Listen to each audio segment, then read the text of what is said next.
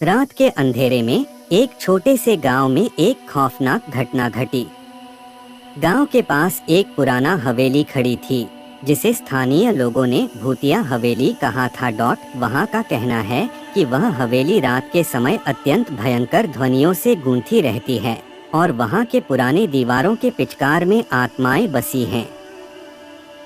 लोग यह कहते हैं कि जब रात का साया बढ़ जाता है तो हवेली के पास सुनसान रास्तों पर विचारक लोगों की आवाजें सुनाई देती हैं और जब आप वहां जाते हैं तो कोई भी वहां दिखाई नहीं देता।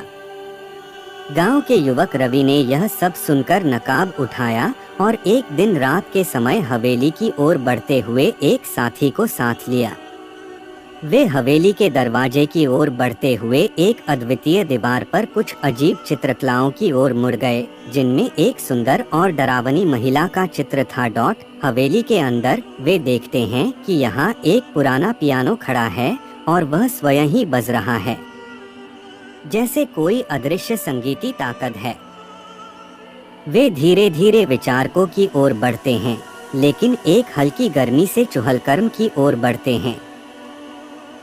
हवेली के अंदर वे एक पुराने खिलौने को बैठा पाते हैं जो अपने आप हरकर बढ़ रहा है। वे डरकर वहां से बाहर निकल जाते हैं, लेकिन बाहर उन्हें कुछ अजीब चीखें सुनाई देती हैं और वहां कुछ भी दिखाई नहीं देता। रवि और उसके साथी वापस गांव की ओर बढ़ते हैं, लेकिन उनके दिलों में उस भूतिया हवेली की चित्रण बन जाती है और वे सोचते हैं कि क्या वाकई उनके द्वार पर कोई दरवाजा है जो कुछ और छुपाता है। गांव की रातें आज भी भूतिया होती हैं और उस हवेली का रहस्य आज भी अनसुलझा है। देखने के लिए धन्यवाद।